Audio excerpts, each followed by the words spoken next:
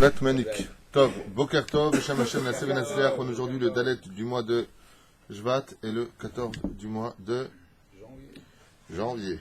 Ezrat Hashem, juste un instant. Non, tu ne sais pas le faire. Oui, c'est ça. Le fois Shlema pour tous les malades d'Israël, Ezrat Hashem, le fois Shlema pour Talia, Batifred Myriam, toutes ces femmes qui veulent se marier. Beaucoup de gens aujourd'hui célibataires, les Tsarènes Morav. J'avais noté un nom.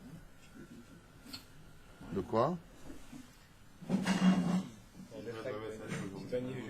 Bezrat Hashem, la Iloula de Baba Saleh, Nachon. On remerciera Yohan Levi, Ayakar, Yael, Temam, Clarius Guest, Bezrat Hashem, Pierre Haddad, une fois de plus, Didier et Sophie. Ayakarim, Todar Abad, ce que nous autres, Massim Tovim, et Mordechai, Bevadaï, sans l'oublier. Et toi, t'es qui, toi? Tu me dis ce matin, je vous vois enfin en vrai. Je suis en chocolat, moi. De Batiam. Ah, t'es pas venu au cours de Batiam. Je fais un cours à Batiam, il n'y a pas tellement longtemps, il y a un mois et demi. Ouais, t'es pas au courant. Tov. Sans plus tarder, le cours sera un peu plus court que prévu. Voilà, on est arrivé au Makat Dever. Avaka Achamishit Shevi Ala Mitzrim Aïta Makat Dever. La 5e plaie d'Égypte fut la Makat du Dever, les ulcères. Magefa Shaorga et Kol Asusim Vahamorim Vagemalim Atson Vabakar Shalamitrim, une Maka particulière qui s'est adressée plus aux animaux. Gam Anashim Shayu Bikirvata Behemot Shemetu, ainsi que tous les fermiers égyptiens qui ont pris ces ulcères sur eux, leur anil velo alechem, venaflou, Gam Em Metim, c'est une espèce de lèpre d'une certaine façon, qui a provoqué une énorme mort sur les Égyptiens. Gam Makazo Shilem Hashem la Mitzrim Migda Keneged Mida. Et une fois de plus, comme toutes les autres plaies que nous avions vues ensemble, Akadosh Baruch Hu a fait payer mesure pour mesure l'Égypte de ses méfaits. D'accord? D'après vous, quelle vengeance y a-t-il ici? Pourquoi Dieu veut-il nous venger de quoi? Maïtapo Abaya Be'etzem Omer ki mikevan shebnei Israël ne'eltzu latzed im be'emot hamitzrim u'tzonam u'fkaram m'komot rechokim ve'lo liyot bechek mishpachotehem. Étant donné que cette situation les séparait les uns des autres tellement ils souffraient, c'est parce que les Égyptiens se sont servis des Hébreux pour emmener paître leurs troupeaux à droite et à gauche, s'occuper de leurs bêtes de ferme, et ils éloignaient les hommes des femmes pendant de très longues périodes, et les hommes pleuraient et les femmes pleuraient. À cause de cela, c'est pour ça que c'est une maquille qui s'en est pris plus aux animaux des Égyptiens que aux Égyptiens eux-mêmes.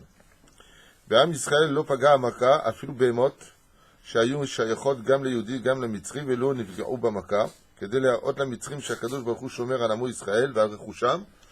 Et il s'est passé un miracle incroyable, c'est que malgré tout il y a eu des Hébreux qui ont eu des animaux en association avec les Goïm.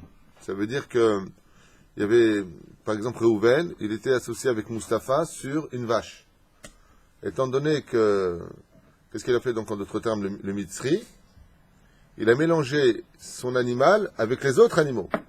Sur les 200 vaches qu'il possédait, toutes sont mortes, sauf une. Celle qui appartenait aussi à un Hébreu. Pourquoi Kadosh Baruch Hu a voulu nous montrer à quel point, dans les Makat Barad, c'est pour ça qu'on fait la fête de Pessah, on remercie tellement Hachem, à quel point ce qui appartient à un juif, Dieu le garde. Ad Kedeka, pour montrer son amour, ce qui a énormément, bien entendu, énervé Pharaon. Il dit, mais d'accord, mais si ça appartient aussi à l'Égyptien, il aurait dû mourir, une partie. Non. Ça appartient à un juif, Adilo Nogea. Pogea, l'ose. Je ne touche pas. On avance. Makat Shrin, lo alin velo alechem. Af al chamesh makot shebao alav va'alamo lo nichna par'o. Bien entendu, maintenant nous arrivons dans la plaie numéro 6, les plus compliquées. Pourquoi les plus compliquées? Parce qu'à partir de ce moment-là, le cœur de Pharaon va s'endurcir. Juste quand même un petit chidouche sur... Ah, Gérard. Juste sur la plaie d'avant, il y a eu un très grand miracle dans cette plaie-là. C'est que, on a dit que le Dever s'est attaqué à tous les animaux égyptiens. que seuls les animaux juifs sont restés vivants, mais on a un problème avec ça. C'est qu'il y a eu 600 chevaux qui, à la fin de toutes ces parachutes, tireront 600 chars pour détruire, espérant vouloir détruire, chas v'shalom, le peuple juif. Sachez que cette réflexion-là a été la réflexion de Yitro. Yitro, il a dit, je comprends pas une chose. Quand il pleut sur 5 personnes dehors, ça n'existe pas qu'un seul reste sec et les autres mouillés. Si je prends un seau d'eau que je te jette sur la tête, tous les cheveux sont mouillés sauf un. C'est pas possible. Tu prends une douche, ouais, tu as une partie de la tête qui est sèche et une autre qui n'est pas sèche. C'est possible, il faut être mutant. Avalki 40 zélo itachen. Les sages nous disent que Yitro a eu l'intelligence de voir cela. Et il a dit ça, c'est le plus grand miracle de la sortie d'Égypte. C'est ça qui a fait faire Teshuvah Yitro. Laquelle? Et depuis quand est-ce que la lèpre, depuis quand est-ce que les furoncles, depuis quand tout ça fait une distinction entre ça et ça? Que ça vienne sur les Juifs, que ça vienne sur les Égyptiens. Bon, à la limite, c'est un coup de baguette magique pour Yitro. Mais dit là, par contre, ça peut pas le faire. C'est que même une des reines des démons dans les cieux qui s'appelle André la Moussia, elle ne sait pas faire de différence entre les tzadikim et les Rechaïm quand elle vient frapper. Mais quand elle vient frapper les Rechaïm, en plus elle fait une distinction, ça c'est pas possible. Qui a donné ordre à ces animaux, à ces maladies, de laisser encore 600 chevaux vivants? Ça a été la réflexion de Yitro. Quand la grêle s'abat, et qu'elle vient tout abattre, tout, ouais, et tout abattre de quoi? Après t'as les sauterelles. Ah bah les sauterelles, elles vont manger quoi? Puisque le barad, il a déjà tout cassé. Un truc qui va pas. Qui ordonne, a dit Yitro. Ça tu tues, ça tu tues pas. Ça tu casses, ça tu ne casses pas. Qui donne les ordres de laisser encore de la place pour une autre Maca? Parce que selon toute logique, un pays qui reste pendant 7 jours sans une seule goutte d'eau, alors qu'il y en avait pour une population aussi importante que cette époque, c'est un pays qui meurt. Là, on est plaie après plaie, le pays se tient, il y a beaucoup de morts, il y a beaucoup de dégâts, mais malgré tout, ça tient encore, c'est pas possible. Tout tient sur un fil. לא האמין בהשם ולא שייך את בני ישראל מארצו, לכן אמר השם למשה לא יעזיר את עוד פרעה ולא ידבר על ליבו שייכנע. Il lui a dit Hachem, maintenant ne parle plus au cœur de Pharaon, Nigmar. Le temps de son libre arbitre ne peut plus continuer. Alors qu'est-ce qu'il va faire d'après toi, Hachem? Il va maintenant lui-même endurcir le cœur de Pharaon. Il y a 2 moussards à retenir, je vous le dis à toute vitesse. Le premier dans la vie, c'est que quand Hachem, il met en garde 1 fois, 2 fois, 3 fois, 4 fois, 5 fois, 10 fois, 100 fois, 1000 fois, il y a un moment, c'est tout. Comme il y a un verset qui lui dit, je ne me rappelle pas que mon rave m'avait appris au collège, il m'avait sorti un verset, quand quelqu'un veut vraiment s'enfoncer, il veut vraiment, hein, aide-le. Ce que tu veux vraiment crever, crève. Si c'est vraiment ce que tu veux, Ken. Racha, en shalom la rechem katou. C'est en shalom la rechaim. Il n'y a plus de shalom pour le rachat. Celui qui veut vraiment être rachat, mikol alev. Ah, bien entendu, dans la Torah, il n'y a pas de désespoir. Comme on l'a vu avec Elisha ben Abouya, il y a une bat kol qui est sortie, qui a dit dans la Gemara, l'homme et kablim, on ne recevra pas la teshuva de Elisha ben Abouya.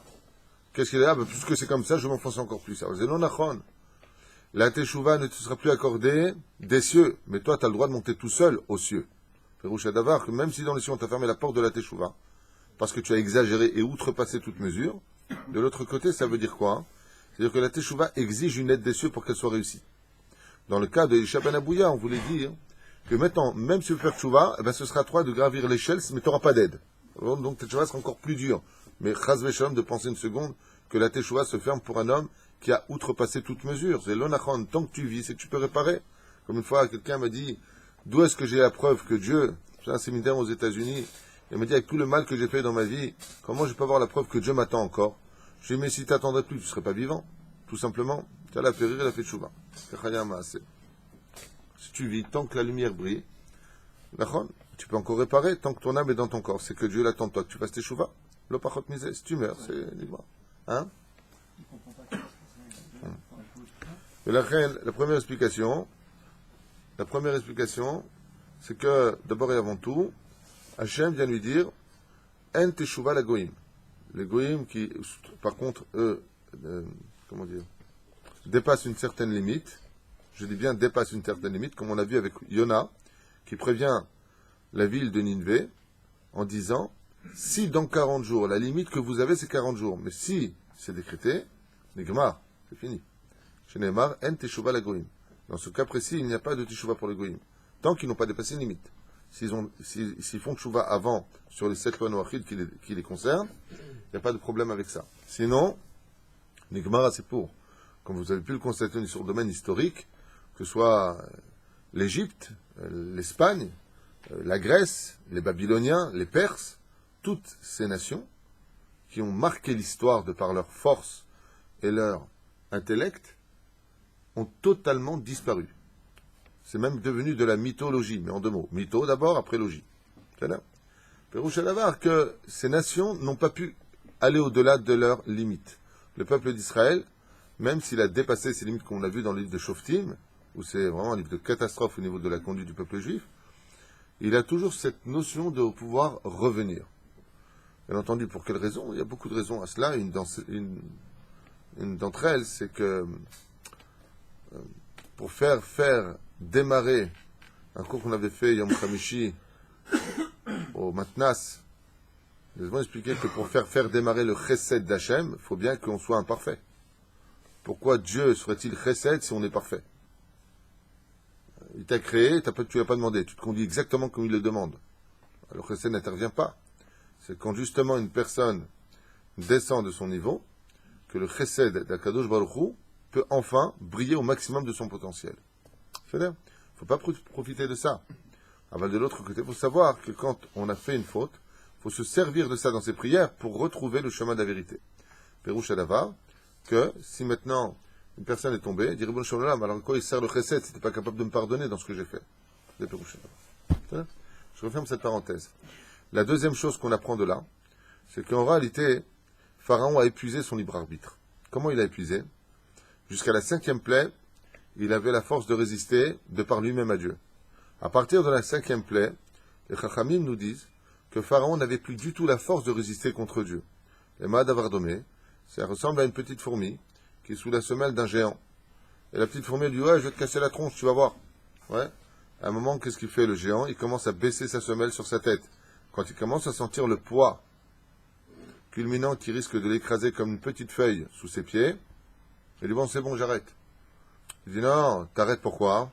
Parce que le bras de fer que je te fais est trop fort pour toi. » Qu'est-ce que fait ce géant? Il donne un coup de baguette magique. Et il va grossir cette fourmi 1000 fois son potentiel. Ce qui fait que cette fourmi, maintenant, est devenue énorme, avec une grosse carapace. Il dit alors, tu te soumets? Il dit ah non, maintenant j'ai de quoi te résister. Ainsi a fait Hachem. Le cœur de Pharaon ne reste que malgré tout, même s'il est pourri, il reste malgré tout humain. Face à toutes ces plaies, Pharaon était prêt à aller Ikana. Ça veut dire quoi? Je peux pas aller plus loin. C'est pas possible. Il dit, non. Là, tu es prêt à faire tchouva. Pourquoi? Parce que je t'ai soumis par la force. Mais si tu n'avais pas la force contre toi, tu aurais fait? Il a dit non. Parce que c'est que la nuit, quand on dort, notre âme quitte le corps et on monte. Hachem lui dit alors Pharaon, alors le petit Nabo, tu résistes encore? Il dit non, c'est bon, tu as gagné. Qui peut se battre contre toi? Il dit c'est ça le problème. Il n'y a pas de problème, je vais donner la force. Le mad avardomé, en hébreu, c'est très compréhensible. Quand quelqu'un est sur le point de tomber, qu'est-ce qu'on dit? Lech tarzikoto. Va et soutiens-le. Hazek et Paro est parti soutenir le cœur de Pharaon qui allait tomber à cette plaie-là. Donc en réalité, est-ce qu'il lui a retiré le libre arbitre? Pas du tout. Il lui a redonné un nouveau libre arbitre, mais encore plus fort. Il lui a ouvert la valve du libre arbitre dans le cœur. C'est Pérouché d'abord. 2 choses à retenir. Je vous ai dit tout à l'heure, pourquoi il lui a endurci son cœur? Il dit, puisque là, je vois que tu veux aller absolument dans les forces du mal, Asbemet, il est odioter caché. Ça veut dire quoi? Puisque ce que tu demandes dans ton cœur, c'est du sang de bébé juif, ce qui se baignait dans le sang tous les matins, le soir, je l'avais frappé de la lèpre. Qu'est-ce qu'il a fait lui? Il a demandé à ses conseillers, comment on peut... La lèpre, ça fait perdre du sang à la personne, ouais. il prenait 150 enfants juifs, il leur coupait la gorge et il les vidait dans un énorme bassin. Et il se trempait dedans le matin. Tous les matins, il se trempait dedans. Il faisait son bain dans le sang des juifs. Ensuite, le soir, qu'est-ce qu'il faisait une fois de plus? Il refaisait une shrita à 150 enfants juifs, ouais, et il se rebaignait dedans. Il marchait mot vézichron. Il marchait mot vézichron. Et mode caché. Donc Dieu lui dit, puisque c'est ça que tu veux, je vais endurcir ton cœur à un tel degré. Pourquoi? Pour rajouter des avérotes sur toi, pour que tu restes encore plus longtemps Guinéguinam. Pour que ta punition soit encore plus grande.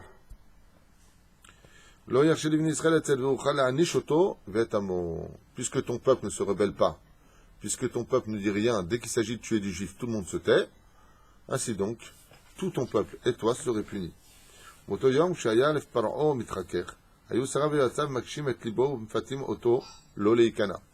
Et Dieu s'est joué des Égyptiens.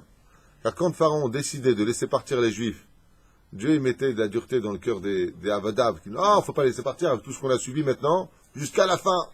Et quand c'est les Égyptiens, les Yoatsav, les ministres de Pharaon qui disaient « Il faut laisser partir, l'Égypte est morte », c'est Pharaon qui disait « C'est hors de question ». Donc en fin de compte, il n'y a pas eu d'harmonie entre eux. וכשהיו שרי פרעה ועבד הנבעלים ורוצים לוותר, היה לב פרעה מתחזק, ולכן נשארו בני ישראל במצרים עד שקיבלו מצרים את מכת חזקות וקשות שראו, ורק אלוהים אחד גדול יש בעולם, והוא אלוקי ישראל. Car Hachem ne voulait pas que personne ne quitte le pays d'Égypte jusqu'à ce que tout le monde reconnaisse qu'il n'y a qu'un seul Dieu. Vehu, Shel Israël, le Dieu d'Israël. Et comment est venue cette Maca, la Maca de Shechin? Il dit à Amar le Moshe ou la Aaron, il s'est passé un miracle, c'est qu'il a fallu prendre de la cendre du sol, et donc avec les deux mains, ils ont mis dans la main de qui? De Moshe. Normalement, quand tu viens, que tu prends dans les deux mains et que tu mets sur une main, ça tombe. Tout ce qui est monté sur Moshe se tenait droit comme un poteau, une colonne. C'est cher, merci. Vous avez vraiment extraordinaire l'aide que vous m'apportez pour les traductions, pour l'idée. C'est vraiment, on peut compter sur vous, on peut le constater. Ouais. C'est cela, oui. Moshe, ils ont contour de clapé malab et il y a les shrines pour l'air barbrot. C'est les ulcères, toutes les choses qui ont gratté. Alors avant c'était la lèpre, maintenant c'est les ulcères. Et à faire les psaim gdolim chivim ad gufam, shnashim ve'behemot, ce qui a été une souffrance et une douleur incommensurable puisque cela les brûlait. Il y avait énormément de pus qui sortaient de tous leurs pores. Chaque endroit était frappé. La croix Aaron Moshe melochofnem piach. Aaron samet piach b'shtei yadav betoch yado shel Moshe. Et c'est que Aaron était capable de prendre de ses deux mains, il l'a déposé dans la main de Moshe, alors qu'il avait exactement la même main. C'est pour dire combien il y a de choses à raconter et de détails. Vous savez pourquoi la Torah a-t-elle besoin de nous conter ici les miracles de la sortie d'Égypte?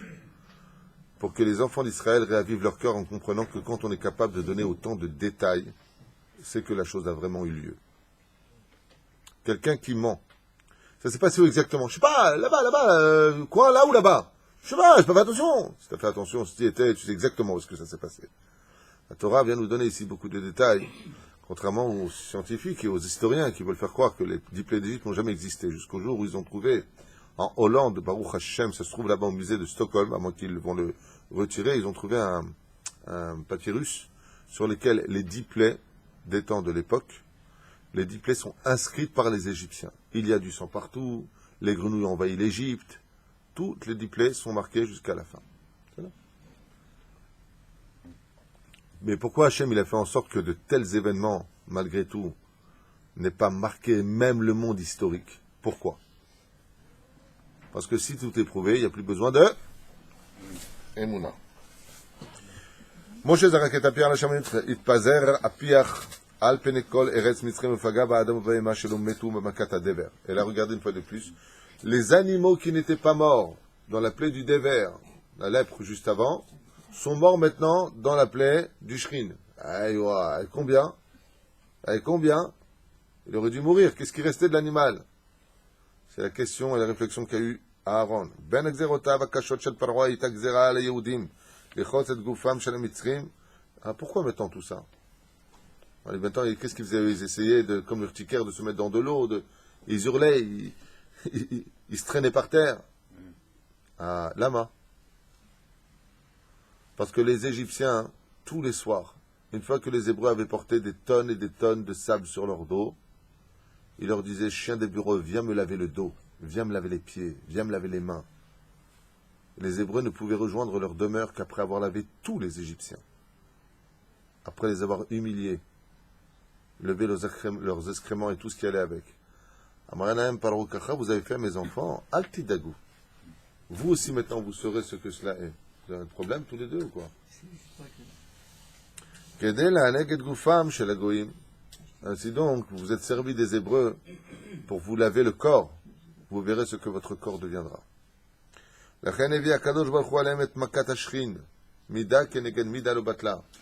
Calme-toi, prends ton cachet.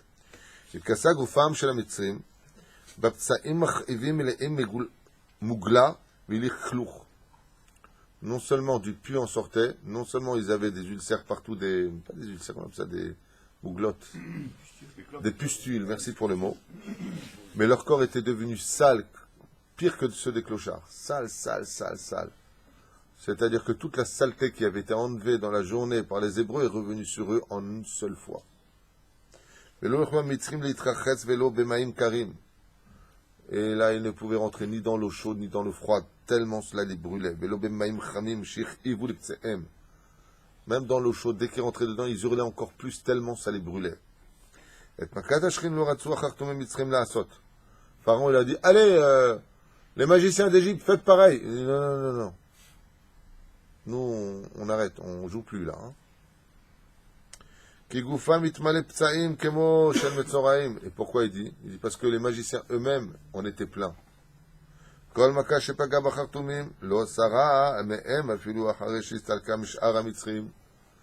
les Khartoumim ont été punis. Pourquoi? Il dit parce que les Makaot, quand Moshe les retirait d'Égypte, elles se sont retirées de tous les Égyptiens, comme Pharaon l'a demandé, sauf de qui? Des Khartoumim.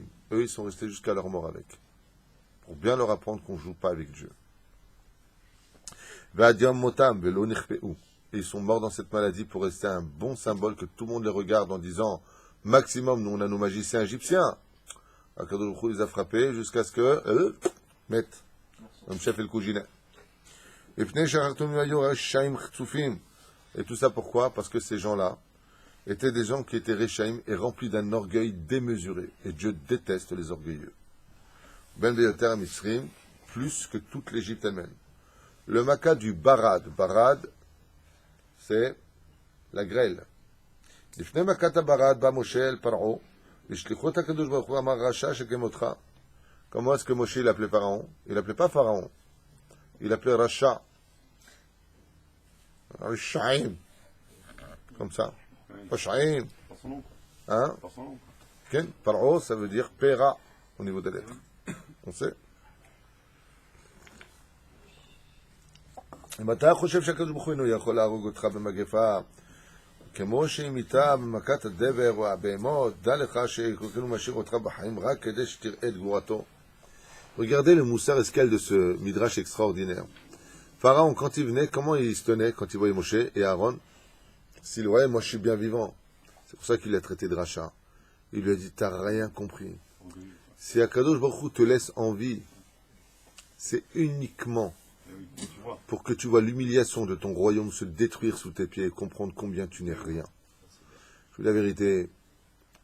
La dernière fois, j'ai vu sur une vidéo une opération à cœur ouvert. Et quand tu vois ce que c'est le cœur, quand tu vois la cage thoracique comme ça qui est ouverte, elle est sciée, et quand tu vois ce que c'est un cœur, jusqu'à maintenant, dans ma tête, je me dis, mais notre vie, elle tient sur rien. C'est un truc comme ça, il y a la caméra qui s'approche, c'est une pompe, c'est un muscle qui fait... C'est tout. Et si ça s'arrête? Une bulle d'air et dans le cas échéant, c'est une opération de cœur ouvert, et ça s'est arrêté. D'un coup, le cœur fait ça. Il s'est arrêté net. Ah, c'est une cata. Je dis, mais là, pendant qu'on se parle, qui c'est qui fait battre notre cœur? À quoi t'as... Ouais, je vais te tuer, moi. Babouche, babouche. T'as une éponge là à l'intérieur qui fait pac, pac. Si elle fait pac et pac. Mais mec, qu'est-ce qu'on se prend? Une petite buyback comme celui-là, là, le petit Nabo, là, il ressemble au petit nain des Mystères de l'Ouest, qui était sur le piano. Hein? Non, le mien, il est mieux. La reine lui dit, Alma, de quoi il vient le tien? Tout le corps humain, il fonctionne avec son sang dans nos veines, parce qu'on a wahad, une petite éponge, comme dire, un étrogue, comme ça, qui fait. Mais si ça s'arrête, Un étrogue, c'est le cœur, l'étrogue. c'est pour ça que j'ai dit ça, éthique. C'est bien, toi, tu comprends à. Facile d'autre. Mais non, mais. Non, mais faut me comprendre. T'es choqué. Hein. Faut y arriver. Moi, je prends les trocs. Il me dit, mais les trocs, c'est le cœur dans la chassid. Oui. Est-ce qu'il y en a un qui peut le sortir, s'il vous plaît? Regardez le moussard. Vous voulez du moussard ce matin? Regardez le moussard. Je comprends pas les Rechaïm. Je comprends pas. Regarde, je comprends pas. Pourquoi ils ont tout, ils vivent bien et nous on est comme ça, on fait la Torah, les mitzvot. Regardez ce qu'il dit Moshe. Il lui a dit, c'est ce matin, 2 minutes. Il lui a dit, Racha Shen Kemotra, tu n'as pas compris que Dieu te laisse en vie pour te rajouter encore plus d'avérotes? Encore plus d'avérotes et encore plus d'avérotes? Pour que ta puissance soit encore plus que Veda, il lui a dit. Il aurait pu te descendre de ton trône. Tu te rappelles pas que tu as fait quelques jours de prison? Il a rappelé à Pharaon. Quand il s'était opposé de mettre les Hébreux en esclavage au début, vous vous rappelez? Qu'est-ce qu'ont fait les Yoatzim? Qu'est-ce qu'ont fait les ministres? Ils ont dit, tu veux pas nous écouter? Ils ont fait comment ça s'appelle ça? Une révolution? Un coup d'État. Ça fait plaisir d'avoir été enfin aidé depuis toutes ces années. Un coup d'État, c'est le mot que je cherchais. Mazé, un coup d'État. Ils l'ont mis en prison. Il a dit, bon, c'est bon, je vais leur faire ce qu'il faut. Alors, il lui a dit, tu n'as pas vu qu'en 2 secondes, tu t'es passé de roi à un prisonnier, qu'après tu es redevenu roi, tu n'as pas compris que c'est moi qui décide qui est roi ou pas?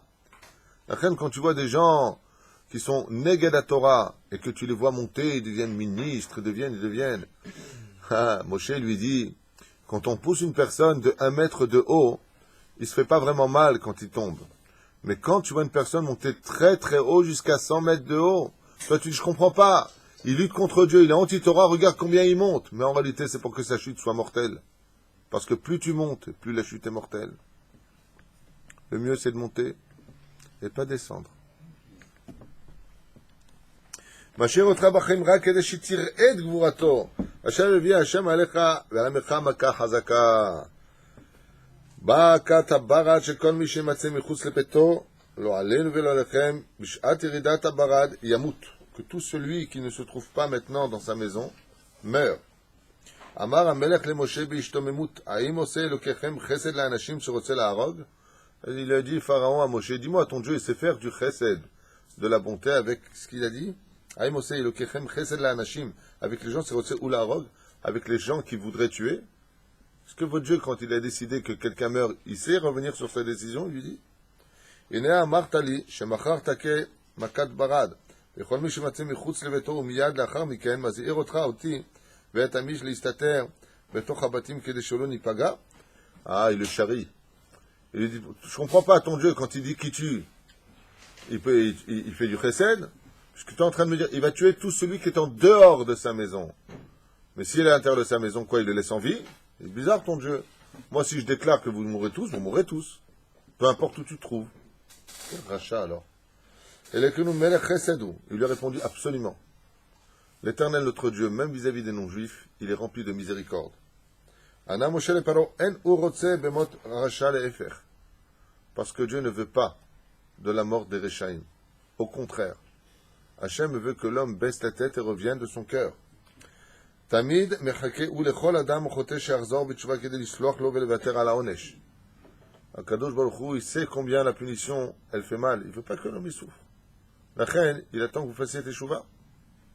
C'est pour ça qu'il y a un remède qui est fait.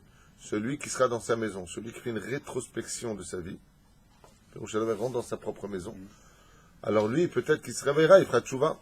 Akadosh Baruch Hu ne veut pas de la mort d'un homme qui était impie. Pourquoi après le pauvre? Ouah. Ka'et esrot kan bikir, shel yadecha machar shtagia shemesh lamakom hazeh.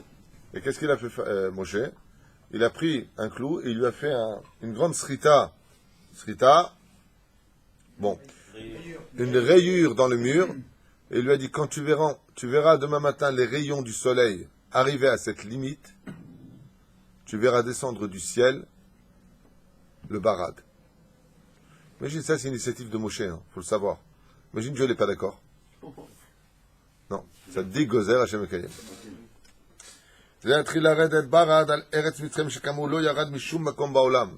Et ce barad, il avait une particularité, lequel? C'était une boule de glace avec une boule de feu à l'intérieur.